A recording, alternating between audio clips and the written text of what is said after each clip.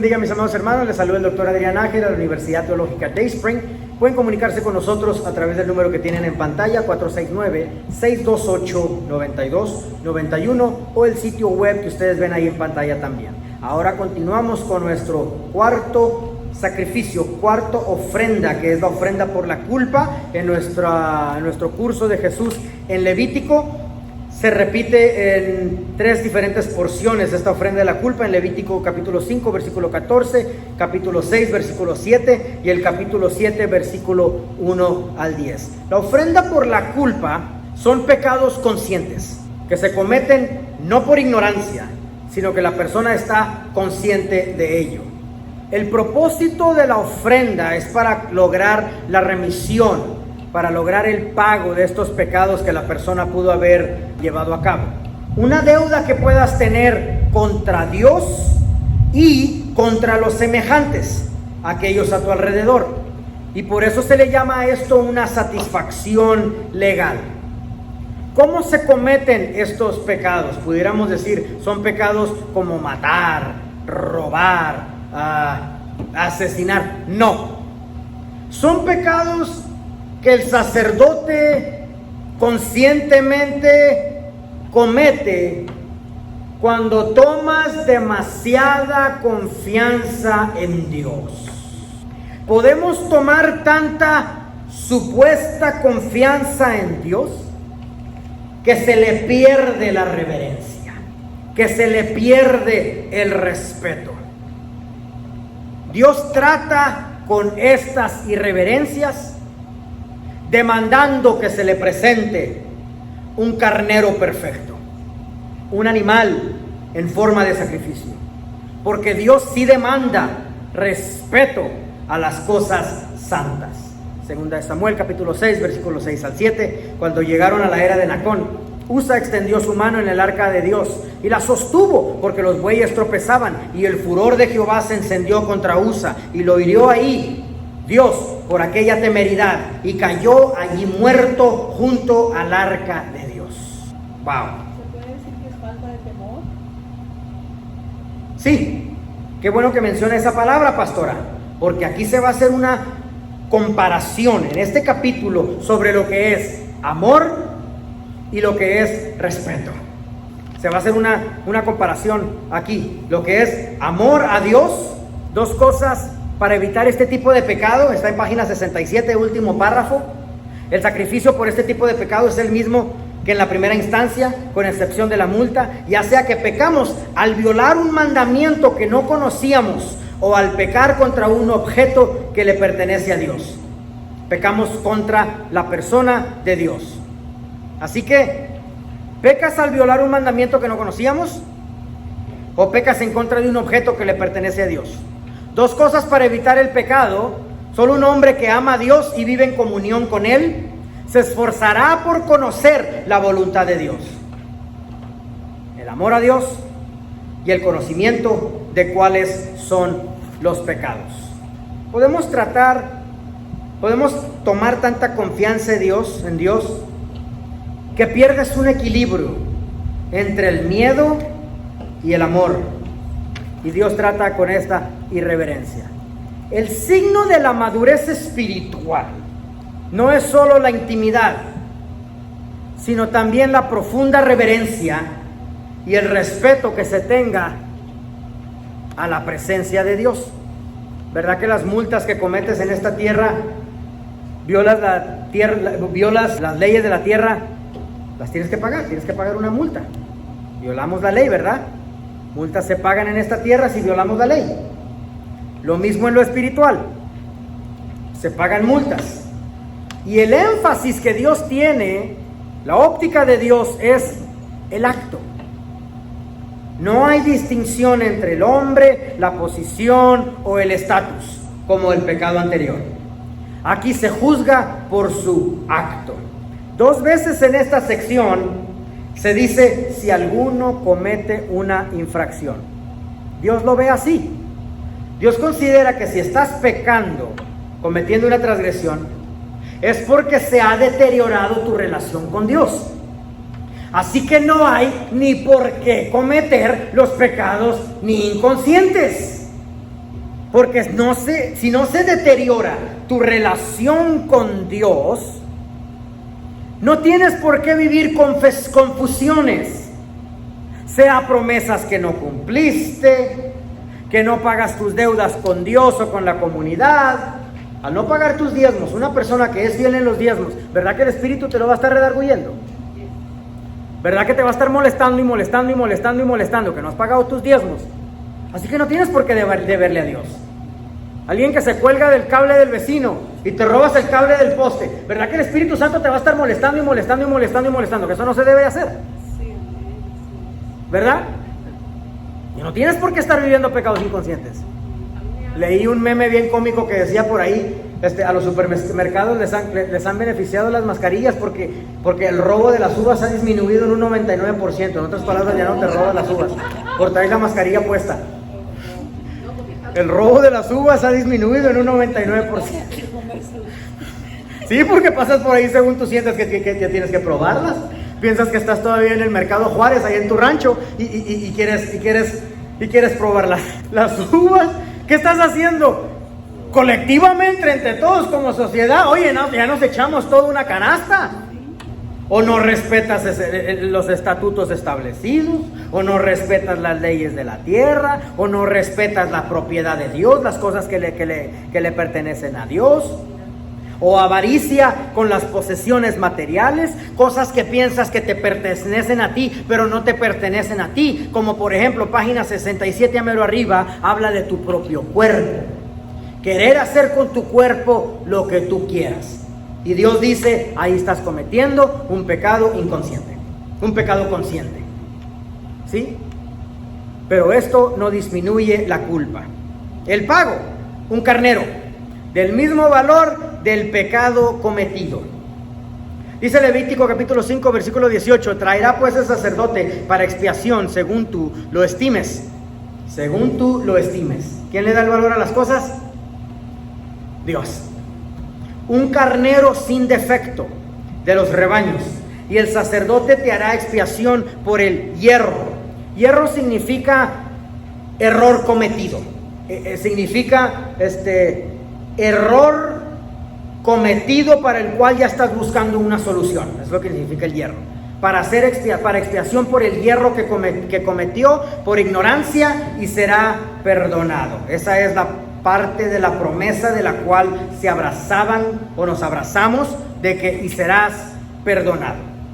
¿Ok? Y si estaba ignorante de ese pecado, ¿y qué si estaba ignorante de ese pecado?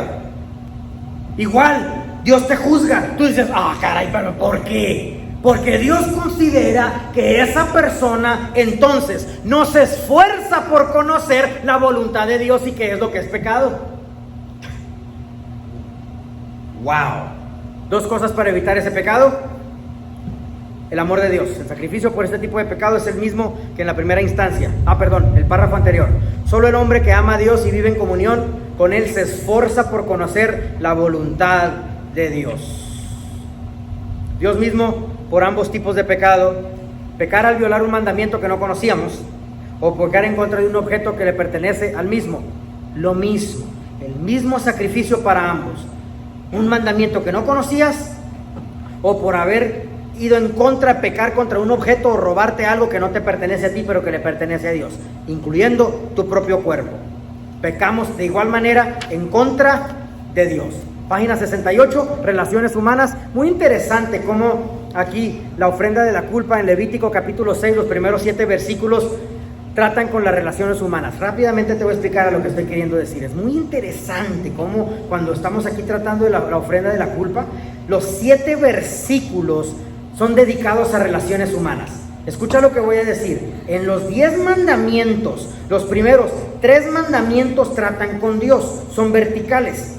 Y los otros 7 mandamientos son horizontales, tienen que ver con el ser humano. Se me hizo muy interesante cómo aquí está diciendo Dios que la causa principal de por qué uno pudiese pecar contra la sociedad es un declive, una caída en nuestra relación con Dios. Por lo tanto, Dios lo ve de esta manera: serle infiel a Dios automáticamente le está siendo infiel a todos los hombres. Página 68 te habla un poquito te explica sobre lo que son pecados deliberados: mentir, robar, extorsionar, hacer juramento falso, cosas que tú automáticamente sabías que eran pecados. ¿Ok? El pecado, se sabe lo que se hace y se sabe que eres culpable.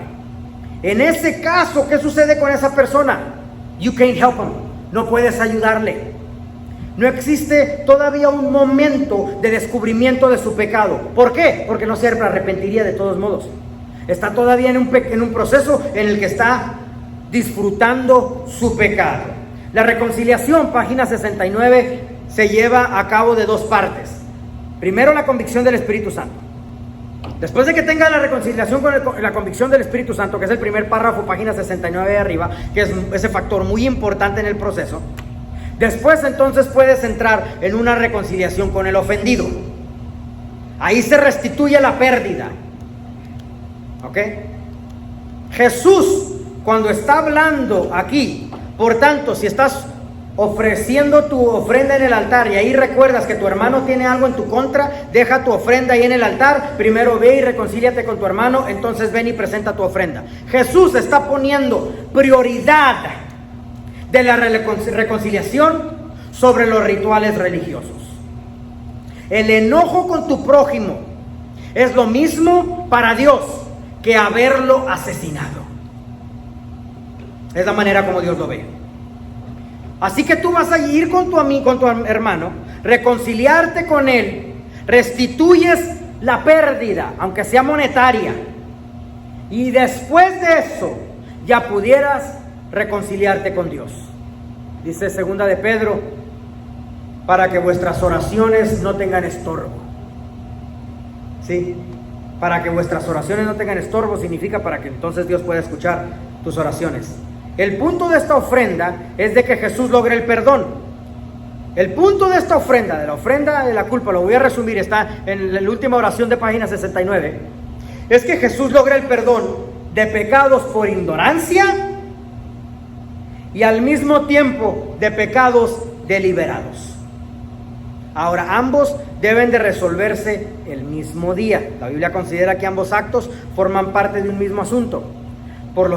Pero ambos deben de realizarse el mismo día. Tu reconciliación con tu prójimo y después tu reconciliación con Dios. Página 70 empieza a hablar sobre porcentajes. ¿Cuánto debes de pagar después de que tú has cometido tu error? ¿Cuánto porcentaje del carnero le pertenece a Jehová? ¿Cuánto del carnero le pertenece al sacerdote? Etcétera. Y si te tardas en hacerlo, página 71 te empieza a hablar sobre qué interés vas a pagar por no haberlo hecho a tiempo. Así que nos preguntamos, ¿quién copió aquí en el concepto de intereses? ¿Visa y Mastercard le copiaron a Dios o Dios le copió a Visa y a Mastercard? Exactamente. El concepto de intereses y de deudas, si Dios lo creó, Él nos puede sacar de ahí. Amén. Vámonos a página 73, donde empezamos a dar unas cuantas instrucciones a el por qué Dios elige el carnero.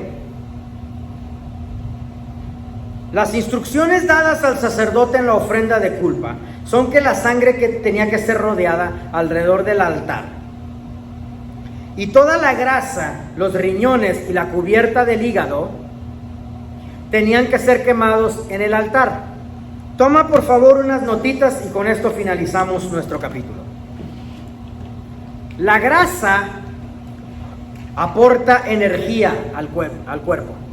Al consumir la grasa, tu piel se convierte saludable. La razón de tu piel tener la suavidad que tiene es porque consumes grasa. Obvio, puede ser grasa saludable, pistachos, ¿verdad? Nueces, las grasas saludables. De vez en cuando te prendes de la olla de chicharrones con 2 tortillas hechas a mano y una salsa atravesada y medio aguacate que le metes y medio salero, ¿verdad? Y medio salero ahí, sí, de vez en cuando. Cuando recién empezamos a entrar mi esposa es del Salvador, entramos a México y andamos manejando por todo México y pasamos pueblito tras pueblito, tras pueblito, tras pueblito. Me dice mi esposa, yo quiero drive-thru. Me gustaría que México tuviera drive-thru. Le dije, no, México sí tiene drive-thru, México también tiene comida rápida. Y me dijo, no, es que yo no he visto. Ella estaba esperando drive-thru de un Wendy's, un Kentucky Fried Chicken. Le dije, ahorita te enseño el drive-thru de México. Y en el siguiente pueblo me me atravesé ahí, donde vi un caso de chicharrones que estaban ahí. Dame medio kilo de carnitas, dame medio kilo de chicharrones. Y luego voy con las tortillas, dame medio kilo de tortillas. Agarré 2 Coca-Colas de esas de envase, me meto al carro, se los aviento enseguida y ella estaba... ¿Y qué? Dije, no, pues yo voy a seguir manejando. Tú haz taquitos, y ya está Mexican drive-thru. Ahí tienes tu drive-thru mexicano. Ok, y tú vas haciendo taquitos, yo como, yo como, manejo y ahí está nuestra comida rápida mexicana. De vez en cuando te prendes de eso, pero bueno, la grasa es la que absorbe las vitaminas para tu cuerpo. ¿Ok? Cuando tú comes las comidas y quieres que tu cuerpo absorbe esa vitamina que estás comiendo de cualquier cosa que sea, la carne o yogur, o dices quiero tomar las vitaminas de este licuado, si no tuvieras grasas en tu cuerpo, no le estás dando a tu cuerpo el elemento que acoja las vitaminas que debe tener tu cuerpo. Ok, los riñones. Los riñones son el sistema de filtración. Elimina los desechos, exceso de líquidos, elimina los ácidos no deseados en tu cuerpo. Es un equilibrio de sales, líquidos y minerales. Sí, tiene hermosa función el riñón. Sí, elimina las cosas que no desecha tu cuerpo. Y luego tenemos el hígado. El hígado es la extracción de nutrientes como carbohidratos, lípidos y proteínas. Extrae los nutrientes que debe tener tu cuerpo. Y también te almacena el hígado, es el almacenamiento de energía.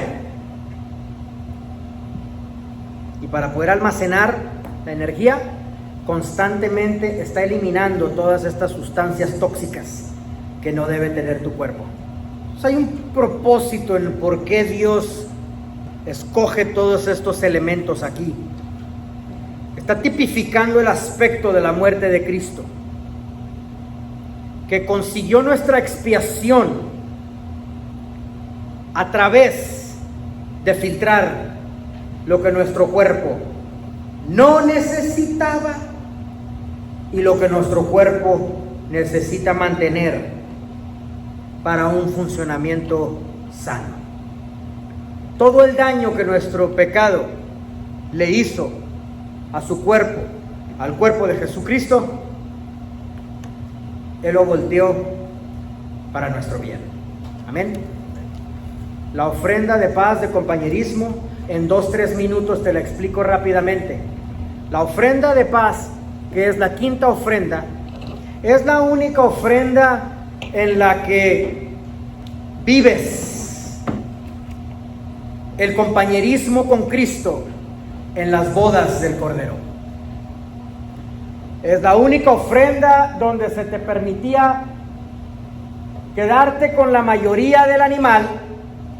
En 2-3 minutos te lo voy a resumir para que te voy nada más a emocionar para que tú lo vayas a leer por ti mismo. ¿Ok? Donde se te permitía quedarte con el resto del animal, invitar cuantos amigos y familiares tú quisieras a una tremenda pachanga, una tremenda fiesta que duraba 3 días. Por 3 días iba a durar tu fiesta. La carne la podías consumir el primer día, el segundo día, pero no el tercer día, porque te podías enfermar.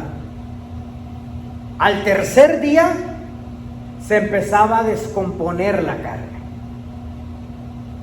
¿Sí? Podías ser partícipe de la carne el primer día, el segundo día, Pero el tercer día se te prohibía consumir carne.